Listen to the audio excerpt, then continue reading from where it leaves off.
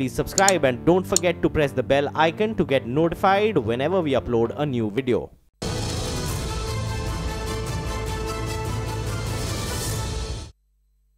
Well, Prime Minister Modi addressed the World Economic Forum. He's also had a meeting with Indian business leaders as well as global business leaders and a bilateral with Justin Trudeau. Joining us now to talk about what he made of the Prime Minister's speech and other pressing issues is Uday Kotak. Mr. Kotak, always a pleasure. Thanks very much for joining us here on CNBC TV18. While we wait for the choppers to fly by, let me start by asking you about what you made of the Prime Minister's message. Mr. Jaitley tweeting saying that he's told the India story on a global platform very convincingly and that he's also risen to the occasion as a global statesman. What's your own point of view? I think it was an awesome speech by a statesman of global stature. And the three themes around climate change, terrorism and protectionism are really the key issues in the world. And what better place than the World Economic Forum, which has been focused on these issues. And for the Prime Minister to say that India is going to play a very significant catalytic role in all these areas is also the sign of a statesman who effectively marketed the India story and at the same time rose to the level of a global statesman. But, you know, he spoke about globalization, he spoke about protectionism and the challenge of protectionism, he spoke about India being an open economy. You know, there are several things there that would have caught the attention of global investors and domestic investors. What was the single biggest highlight to your mind for you? The biggest highlight for me was the speech on protectionism and saying that the world needs to be open. And at the same time saying that India will be open, but India knows how to take care of its interests. So a message which says we are open for business, but we will do what's right for India.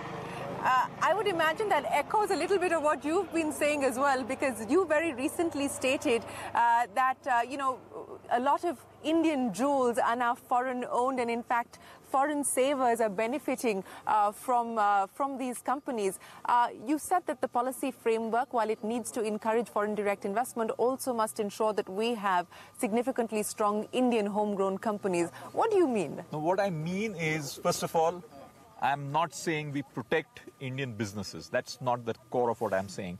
But we must be clear what we are doing. If we say that in the case of an Indian bank, you have majority foreign ownership, in the world where you are aware that global proxy advisors like Glass Lewis and ISS effectively have a disproportionate share how global institutions vote. Therefore, if majority ownership is, maybe even if it is widespread, the two decision makers or influencers are two global proxy advisors. Therefore, we should not fool ourselves that the decision making effectively has got much more centralized effectively in the hands of global proxy advisors, irrespective of individual holding in companies. So if I may pick up on what Mr. Mundra, the former RBI Deputy Governor, said, and we quoted you to him and asked him what he made of that comment, and he said that in his experience, this wasn't such a big problem, or it wasn't a problem at all. It is like saying, why do we insure our house? Why do we insure life?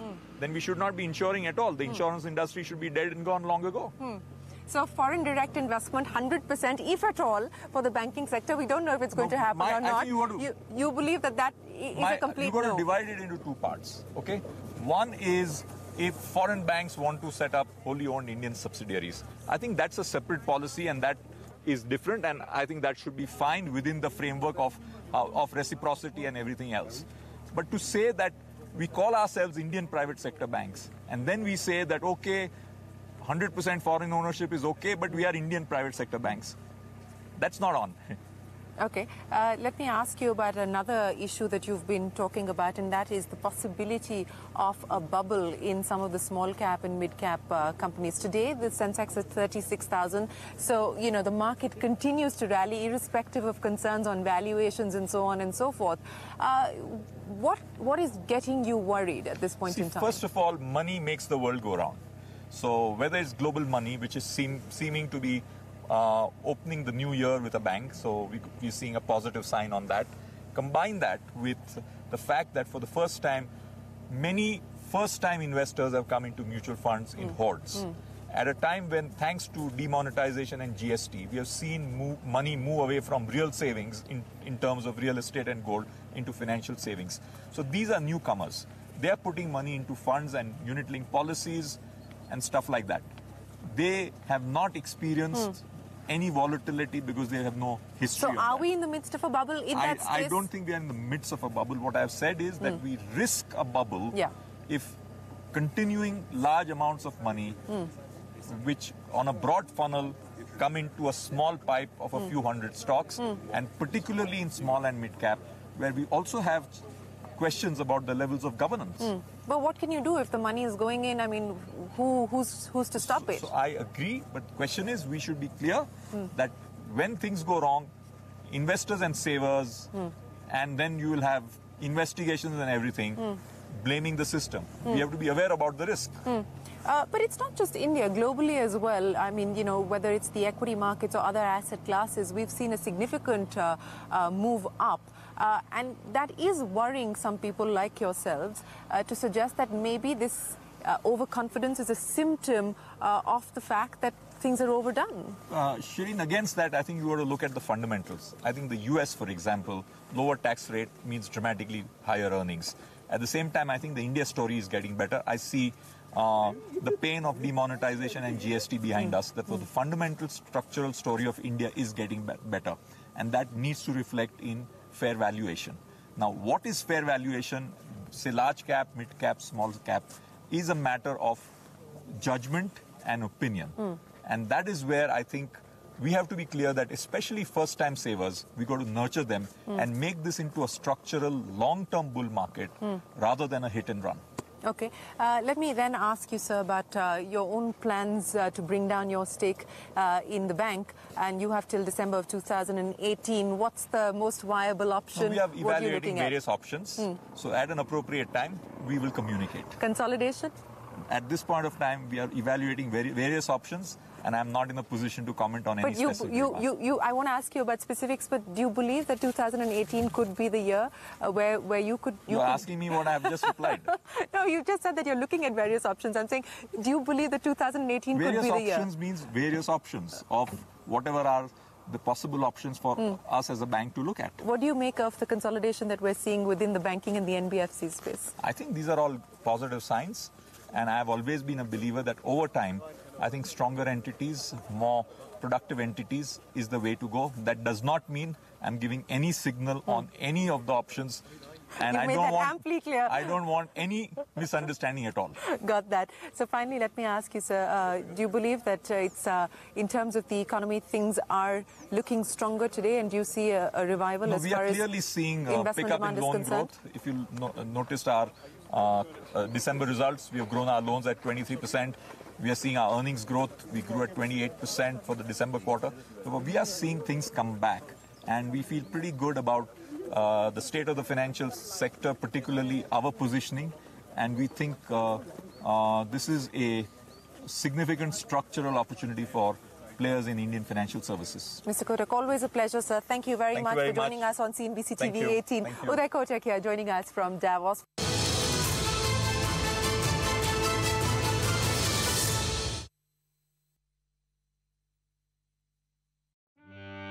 Suzlon, powering a greener tomorrow, is the #1 renewable energy company in India, with over 11,000 megawatts installed capacity in India and over 17,000 megawatts worldwide. Suzlon is championing the Make in India initiative with 14 manufacturing facilities across the country. For 22 years, Suzlon has been steadfast in protecting and servicing the renewable assets of their clients. Suzlon, powering a greener tomorrow. कितने दिन लगेंगे car छपने में? 4 या 5 दिन लगेंगे। पापा? सोचा था शिवानी को खुद के घर से विदा करूंगा। 5 दिन में आते। अरे ये एड्रेस गलत छपा है। ये किसका एड्रेस है? शिवानी की विदाई अपने ही घर से होगी। Union bank of India they home loans सिर्फ 5 दिनों में, क्योंकि आपके सपने सिर्फ आपके नहीं।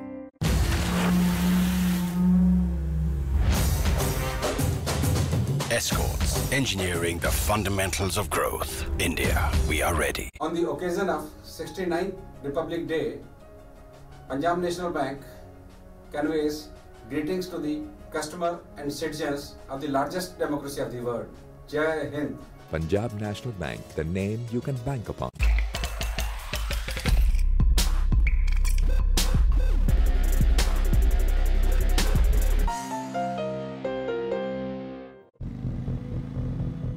तू ही मेरी एक वजह है, तू ही मेरी ऊर्जा है, तू ही मेरी राहों का नूर, तू मेरा फ्यूल हो, हो, हो, तू मेरा फ्यूल हो, हो। सड़कों से सरहदों तक, पहले इंडियन, फिर oil, Indian oil. Congratulations, Rahul. Thank you. आज से ये चेयर तुम्हारी। It's an honor, sir. But sir, इतनी बड़ी जिम्मेदारी, पता नहीं स्टाफ मुझे पसंद करेगा कि नहीं। तुम उनका ख्याल रखोगे ना राहुल, तो वो तुम्हारा और कंपनी का ख्याल रखेंगे। Here's a good way to show you care. LIC's pension and group scheme. Pension, gratuity और रिटायरमेंट बेनिफिट्स आसानी से मैनेज करता है। मतलब एम्प्लॉइज खुश तो कंपनी भी खुश। Welcome to Advantage Assam, the economic expressway to ASEAN.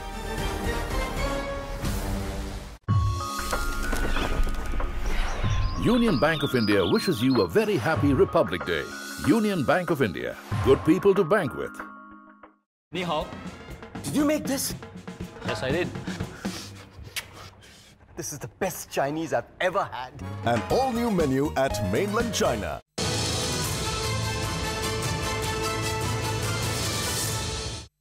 Well, we're continuing our coverage here from the World Economic Forum at Davos, and joining us today is Chanda Kochar of ICICI Bank. Chanda, appreciate you joining us. We get you on a day that the government has finally announced the details of its bank recap plan. Do you believe that this is going to sort of give an impetus now to the public sector banking space?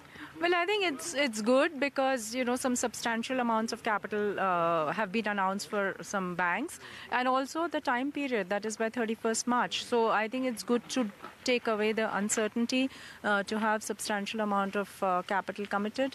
And then along with that, of course, some governance, rules have also What do you make of that? Well, I think it's about saying that banking has to be done in a particular manner, and it's good to remind the whole set of banks, so to say that follow certain common guidelines, when there are breach of contracts and so on. So isn't that standard hygiene stuff? Yeah, but it's sometimes it's good to remind yourself and good to make efforts to kind of implement it. The things that we normally treat as common sense and take it for granted. I think it's good to focus on them, and this is the time to focus on them. Do you believe that 2018 is likely to be the year that we see resolution actually take place? We've seen interest, at least as far as some of the distressed steel assets are concerned. Do you believe that it's largely going to be restricted to any particular sectors, and do you really see resolution taking off at least in the first half of the year? Yes, I'm very hopeful that actually you should see resolution taking off. In fact, I think, we as an industry and all of as a country have spent a lot of time talking about recognition. We should now focus on resolution and recovery. Is recognition done? Have we been able to resolve the recognition part of it, or do we expect any more skeletons to tumble out of the closet? No, I think the stress is known. That stress, part of it may have been as NPA currently, part of it may be as assets under watch for various banks, and it's a matter of time how they get recognized. But at least the estimate of what kind of stress exists, I think that is done. But we should focus on resolution and recovery, and I'm quite hopeful the way we've seen progress in some of the larger cases at least, and the kind of interest that we've seen, that at least we'll move in certain time-bound manner. Yes, what kind of recoveries will happen, that those will vary from company to company, whether it's an operating company, non-operating company.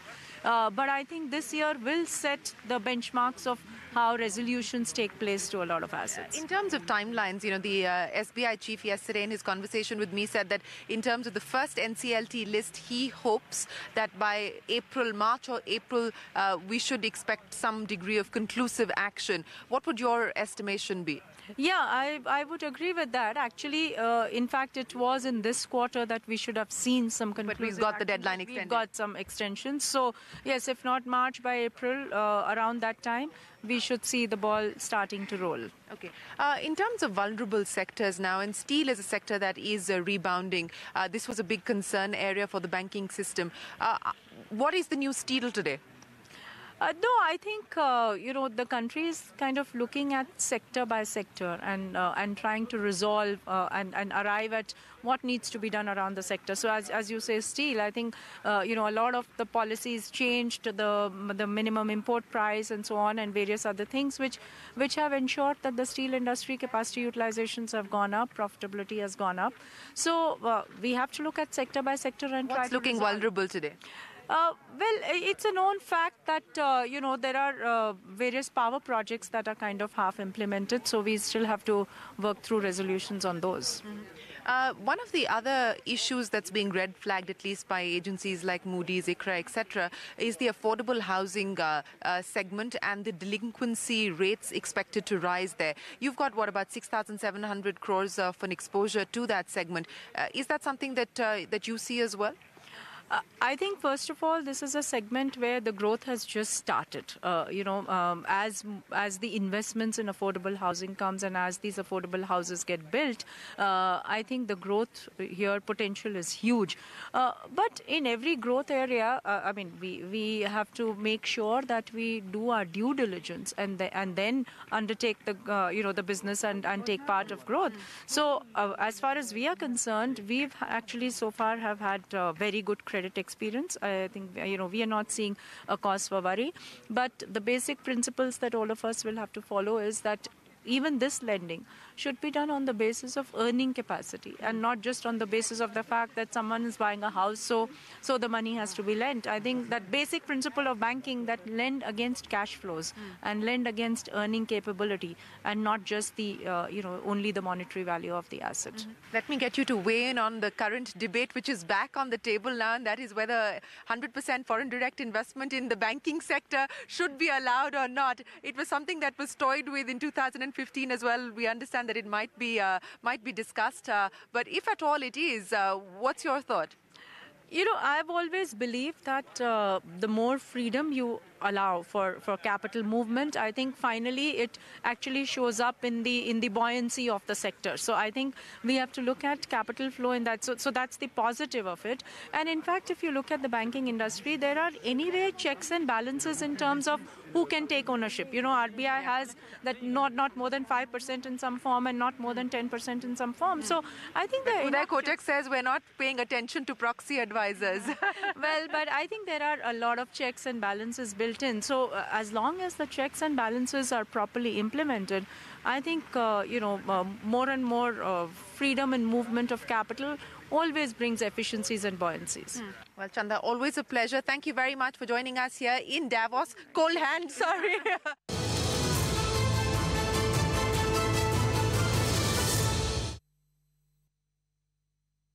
Joining us here is the SBI Chief, Rajesh Kumar. So thanks very much for joining us here on CNBC TV18. Foreign investors continue to be optimistic about the India story. The question now is about domestic investors and whether we are starting to see investment change and the investment climate change when it comes to domestic investors. What's your own sense in terms of project sanctions, etc.?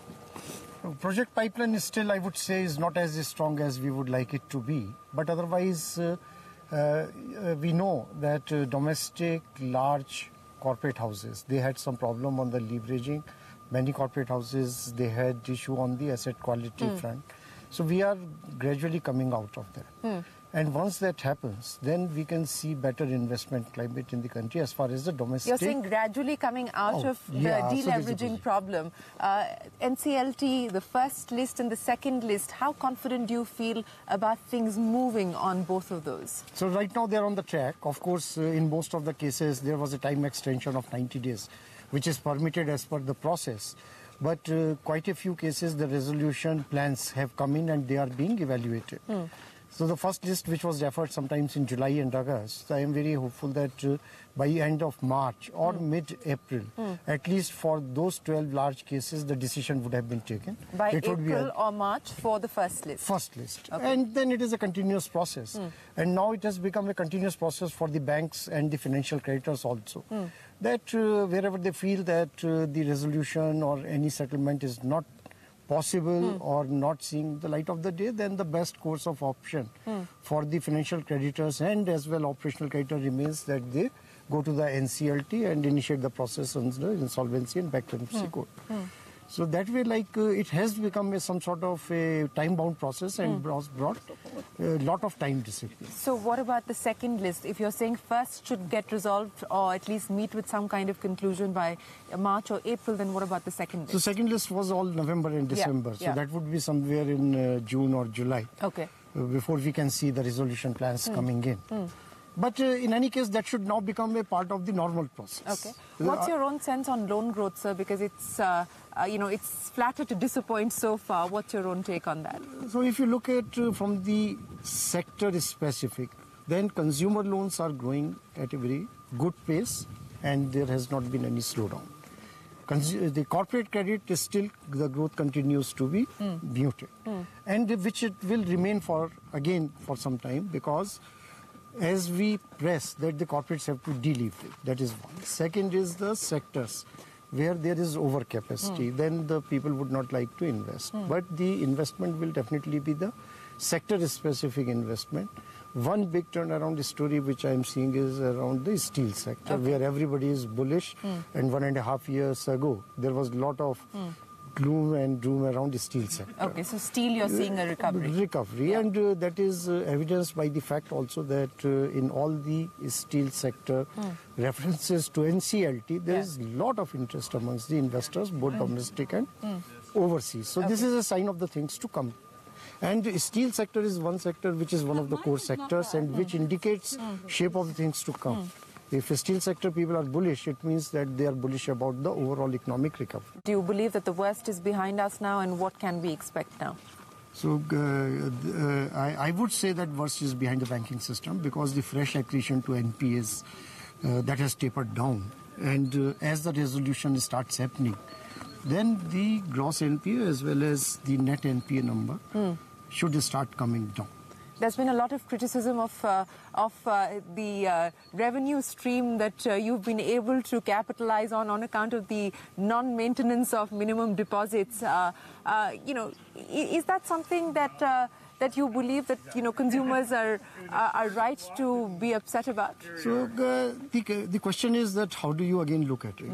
When it comes to the numbers, so State Bank, any number is always a large number. When we are having 42 crore account, and even in that 42 crore account, 15 crore are the BSBD accounts or the accounts where there is a complete exemption.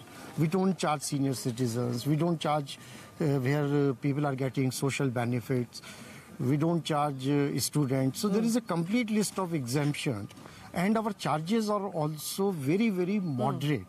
But because the number of accounts is so large, that it adds up. And then the people quote the number. So I think it is all about public sentiment. And it is very difficult sometimes when we do, I may have so many arguments in favor of State Bank of India levying the charges. We do a lot of spends, 4,000-5,000 crore on technology. And where does most of the spend goes? Is on the payment system, maintaining savings account, maintaining current accounts. So there is a cost associated with these accounts, maintaining these accounts. Crores of accounts are there which are inoperative. So our idea is that the account should remain active. And it is a savings bank product. So it was designed in such a manner that people need to have some savings in those accounts. But these are the bankers' argument. They do not cut eyes with the general public. I am aware of that. Absolutely. Let me end then by asking you, sir, the Prime Minister is going to make a pitch about how India continues to be an open economy, the pitch on foreign direct investment where we've liberalized across sectors. There's again a lot of conversation. It's only conversation at this point in time of 100% FDI in the banking sector and even as far as public sector banks are concerned to move the ceiling from 20% to 49%. If that does go through, and it is a big if because it's seen opposition in the past from the Reserve Bank, what to your mind, what is the impact? No, I will wait for but this. Good, bad, what? Very difficult to say, but will it I be think meaningful for PSBs? Public sector banks, I think yes, if there is a more foreign direct investment permitted, so the valuations are likely to go up, but that will again go up again in respect of those public sector banks where they perform. I take example of State Bank of India. So today, the foreign direct investment or foreign full investment in SBI is much below what is permitted. So you may have a higher ceiling, but the people will put money only when they see that they are going to get a expected return on that investment. So one is the enabler. So government can create the enabler, but the actual investment will depend entirely on the performance of that particular bank. Sure. Mr. Kumar, always a pleasure, sir. Thanks very much for joining us on CNBC TV18. That's the SBI chief here from Davos.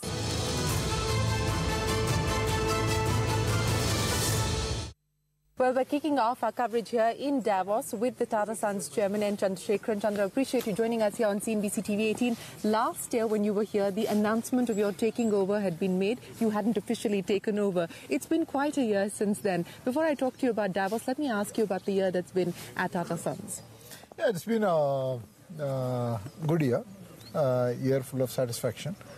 I think we have embarked upon a number of initiatives. We've looked at building the right team, and as I mentioned to you in your interview, we had identified the important issues to put behind, and we have addressed some of them, rather the most critical, which is the telecom ones of them, telecom. Then we have addressed the steel, and all these transactions will conclude in 2018. Then we are systematically going about restructuring some of the other businesses, and also we just announced our expansion of our steel business. We cleared about 23,000 crores of investment for expansion in Kalinganagar over the next 3-4 years. We're looking at stressed assets, and we're doubling down on Tata Motors. And we are work in progress with respect to the themes of simplification, synergy and scale. Yes. Several things that you've talked about there. So in a sense, if 2017 was a year of review, assessment, 2018 is likely to be the year of restructuring, so to speak? I think it will be a combination of restructuring as well as focusing on growth. Clearly, we have 6 or 7 verticals we've identified, apart from steel, motors and TCS. Definitely consumer and retail, financial services and infrastructure. The market seems to be excited about the consumer-facing businesses in hope and anticipation that there is going to be some significant changes there. Is that accurate? I think, we are looking at it very deeply because there is a significant opportunity for the group, considering the brand and the consumers that we already have, a very large customer base. There's a lot of synergy. So we're looking at that, and we are also trying to see how we can leverage digital in that segment and other segments. So I think lots to do. So what would be the priority when it comes to the consumer-facing businesses? For instance, whether it's Tata Global or it's your retail business, etc. What is the overarching vision that is going to define the way that you go about these businesses? I think each one of these areas will definitely have the same themes play out. Simplification will be a theme that will play out. Consolidation will be a theme that will play out wherever it's possible. Is it possible in the IT businesses? Because that is a question that I last asked you, and that seems to be again something that the market is anticipating, whether it's Tata Elxsi and so on and so forth. There's a lot of activity around those stocks. See, in the IT business, TCS is a very, very large player. And other players we have are small and they are focused on niches, and that's not an area I'm ready to comment upon. But in many of the other businesses like consumer, retail, etc., we need to see, because some are listed companies, some are unlisted companies. So how do we bring the power of the group together is something that we are looking at, multiple options at this point. Do you start addressing the cross-holding issue as well in 2018? Yeah, see, I think simplification means many things. Removing the cross-holding is one of them, which we have done quite a bit, and whatever left we will complete. Consolidating is another option, where sometimes we may feel that couple of companies can come together. Which is the vertical that you see ripe for consolidation, most ripe for consolidation today? Whether it is ripe or not, the verticals I think the consumer retail and infrastructure, these are areas in which there's a lot of opportunity, and we need to pay attention, which we are looking at. Let me then ask you about the outlook as far as growth is concerned. 2018, by all accounts, indications are that the green shoots are starting to show up. How confident do you feel about growth and the India story? I think I'm pretty confident. I think India is poised for fantastic growth in 2018 and 19 and beyond. Many of the actions, the policy framework that government has put in place, whether it's GST, whether it's bankruptcy code, or some of the other initiatives like the Digital India, etc., will all play out because they are very structural reforms. And I expect to see significant growth. We're already seeing it. If you see our commercial vehicles market, or if you see our presence, even companies like Titan, many segments we already see there is a tremendous opportunity for growth. How satisfied are you with where things are at Tata Motors? Because that again was a focus area that you spoke of in October when we last met. I think what we have done this year, I'm extremely happy. I think the focus that we have brought in terms of commercial vehicles, where we really are going for market share gain, as well as operational improvement, is working very well. And passenger cars also is doing well. I think Tata Motors domestic market has been an area where there is a lot of action, and I've been pretty happy with where we are, but long way to go. The Prime Minister is going to be here addressing investors. A, what to your mind is going to be the key message that investors want to hear from him, domestic or foreign? And B, ahead of this, we saw another bunch of FDI proposals being cleared by the Cabinet, including 49% in FDI for Air India, ostensibly to pave the way for its disinvestment. Is your partner, are you ready now with a formal expression of interest for Air India? I think I don't want to comment on any specific proposals, but as I said, the reforms that have been put in place for the last 3 years are pretty significant. I think all of them are ready to play out. They are very structural in nature. I think the only message I would feel that will be required is to reinforce that we will make policy changes, we will continue on that path, we will do the right thing in order to address the core issues that face the country, and we are on a path and we will continue on the path. Reinforcement of that. Air India? I mean, I'm not ready to comment on it okay. At this point. All right, Chanda. Thanks very much for your time. Appreciate you joining us here in Davos. We wish you the very best of luck, and thanks for your time here today.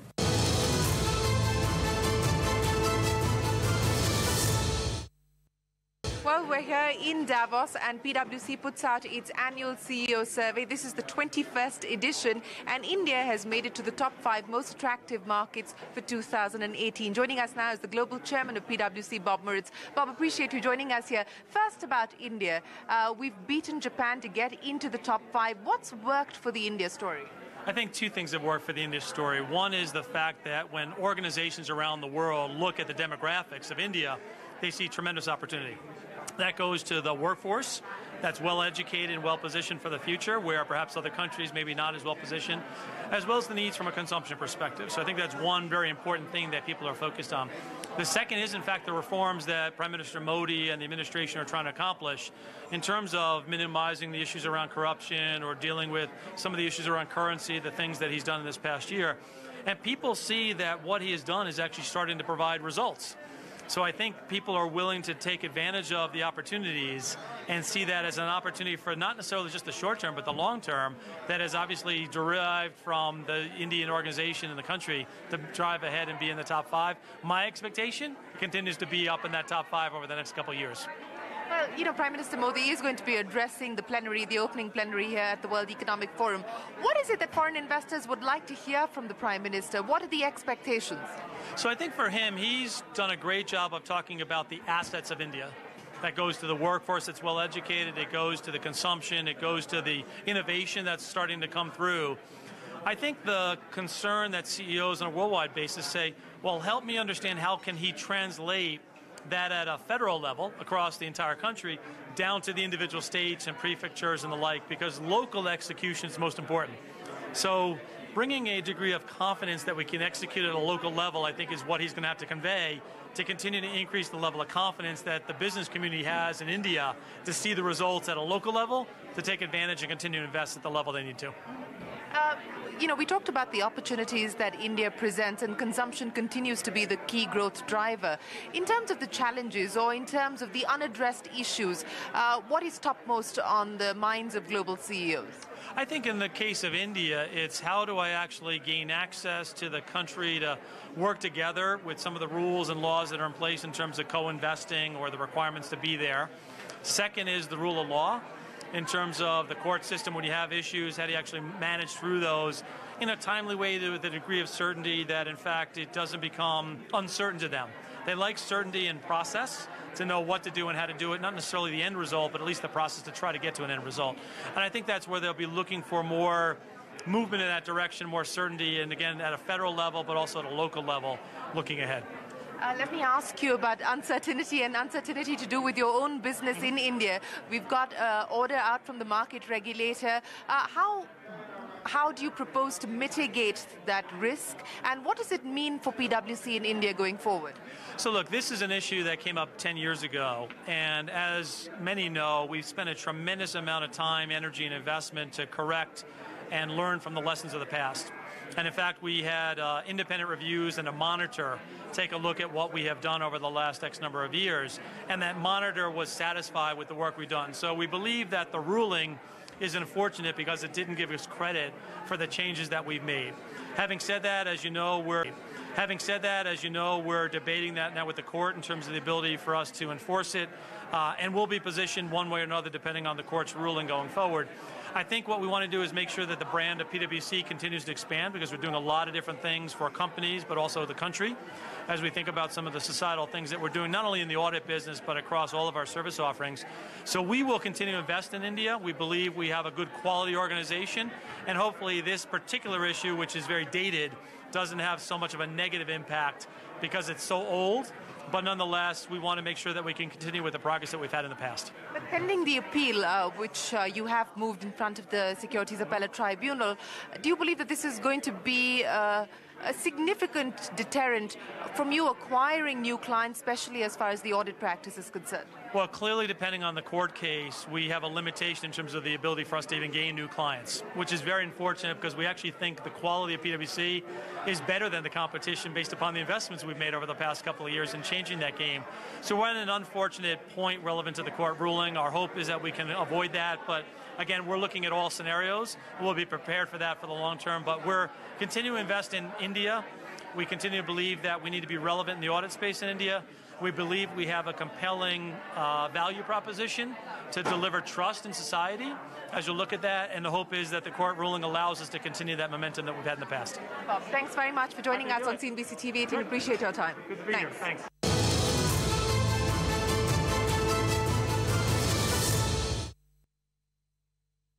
We're continuing our coverage here from the World Economic Forum in Davos, and joining us now is the chairman of Sun Pharma, Israel Makov. Appreciate you joining us here on CNBC TV18. Let me start by asking you about President Trump. He has just arrived in Davos. He is going to be speaking tomorrow. As a business leader, what's the expectation from him? Look, I'm a chairman of Sun, not chairman of the State Department, not chairman of any U.S. government offices, so I don't want to make to try to guess what Mr. Trump is going to say, but I'm sure that he's going to say important things. That very politically correct. Let me then ask you about what's happening as far as the pharma business is concerned, specifically the generic business. We've seen the largest number of approvals coming in from the U.S. FDA for generics in 2017. I believe the largest in U.S. history. It has put a lot of pressure on pricing. Is it expected to get worse? No, I don't think so. First of all, let's put it right. You know, for many years, the industry was complaining that the FDA is very slow in approving products. Now the FDA is approving. Now they're complaining. Now, you know, so there is temporarily there is a flood of approvals. There is more intense competition. And the generic industry is going into a business cycle. You know, it's always go into a business cycle. One it's a little bit down, one it's a little bit up. But the generic industry is going to stay there.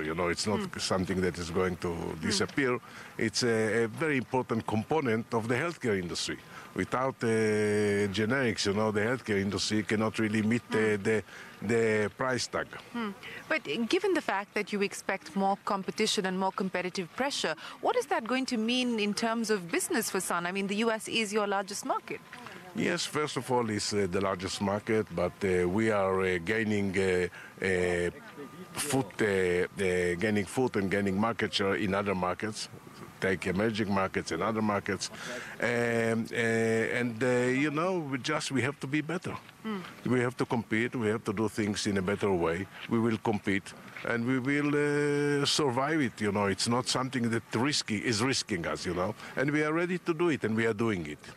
As you said that you're ready to brace the competition, but just from an investor's perspective, what does it do in the long term to the margins for a business like yours? First of all, I don't think that the business cycle is going to be very long. I don't think so.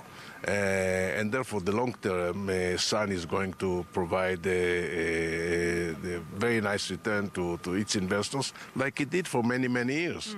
And what we do, we also change in recent years. We add to our portfolio specialties. Yes. And we invest a lot in specialty products where the competition is a different type of competition. And they can provide much better margins and satisfy the shareholders. You preempted my question because that's exactly what I was going to ask you about, the focus on the specialty side of the business and building out that portfolio. What can we expect in the near term? The near term, we expect to invest more in building up our specialty portfolio. We are going also to get sales, to increase sales, but it's not going to be over months, it's going to be over years. It's a slow process, it's not a fast process, but I think that in 2020, a significant, the specialties will comprise a significant part of our sales. Can you quantify that for us in any broad term? No. Okay, but you do. But it will be much more significant than it is today. Speaking of the competitive landscape, and we are given to understand that there's a fair amount of pharma assets that are on the block. Is the acquisition route something that you're looking at this point in time? Anything that's looking interesting to you? First of all, we are looking at acquisitions all the time. It's not because not just now.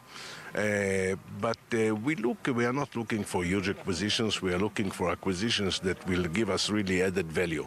And added value is by acquisitions of products, products that has potential to grow, or companies that have products that has potential to grow.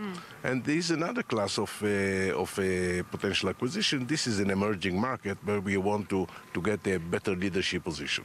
So would it be fair then to say that priority areas when it comes to acquisition or acquisition strategy will be a large chunk of it to be able to gain market share in the emerging markets? No, I didn't say that. No. I said that this is one part of our search for acquisitions. And another part is, as I say, is to get the products and added value of the products. And acquisition is not something that you make a decision. Next month I'm going to make an acquisition. This is not going to happen. We have very patient. We are not under any pressure. We are going to select and choose the acquisition that really are suitable to us and giving the best ROI in our terms. Anything that's looking interesting that's on your radar currently from an acquisition perspective? Of course, of course. From a product perspective, are there any gaps that you would like to plug in your portfolio which you could do inorganically? No, first of all, we are doing a lot in organically. If you look at our R&D, we expanded our R&D investment in the last few years quite a bit. And this is for specialty products, and this is for complex products. So we have quite a large R&D and quite a good R&D and quite an innovative R&D, and we have a lot of organic growth, but we also acquire products, because this is you can't develop everything, and we want to get a critical mass of product in specialty. Since you spoke of investing on the specialty side of the business, can we expect significant uptick as far far as your R&D investments are concerned, your R&D spends are concerned? We have already increased our R&D expenditures in the last 3 years, and it's going to we are going to continue to stay at the level that is needed to meet our needed. You know, I'm not giving you a guidance about R&D. I'm just telling you that we are going to keep the R&D in a capacity that is required to achieve our goals. What are the other issues, at least that the Indian pharmaceutical industry is grappling with, is issues related to the US FDA, regulatory issues, significant number of warning letters and so on and so forth from the US FDA have come in 2016 and 2017 to Indian pharma companies, including, for instance, your Halol plant. What do you believe is the reason for why we're seeing so many so much regulatory action from the FDA when it comes to Indian pharma? Well, first of all, FDA is making inspection not only in Indian pharma. They're making all over the place, and they're making and they're taking steps, you know, to correct things, not only in India. I think that they made a few inspections in India. They found things that need to be remedied, and for example, Halol, you know, found a few things that we have remediated, and we are now expecting them to come whenever they are ready to come. And I'm sure that we are in a good shape. So, and this will be true probably to other. I cannot talk for other companies. As you said, the remediation process, you've gone through with that, but you're waiting for the reinspection. Any timelines, expected timelines on when that could happen? I don't think that I can say, because, you know, the FDA is taking their own timeline, you know. They're making their own decisions. We are not speaking on that. So what is... We invited them to come over. You have invited them to come. What is the outlook for India at this point in time? We talked about some of the pressures that you're facing in the US, but what about other markets and what about India? Well, I think that our business in the emerging markets is growing. In India, we are by far the leading pharmaceutical company, and we keep and protect our position as the leader, as not only as in general, but almost in every medical segment. I think that the macro variables for India looks positive. Therefore, we expect continuous growth in India. There will be more people that will come into the economic circle and will get treatment. And I think that there is actually quite a positive look for the pharmaceutical market in India as a whole. So in 2018, what is it that you're going to be watching out for, the key risks as well as the opportunities for your business? Both. Specifically, what would be the top risks and the top opportunities? No, I'm not. You're not going to tell me? I'm not going to share with you everything, you know. We'll keep something for the next interview, you know, something. Okay. All right, Mr. Makov, it's been an absolute pleasure. Thank you so much for joining us here on CNBC TV18. We appreciate your time, and thank you for sharing your insights with us. Thank you very much. Well, Israel Maskov, the chairman of Sun Pharma, joining us here from the World Economic Forum at Davos.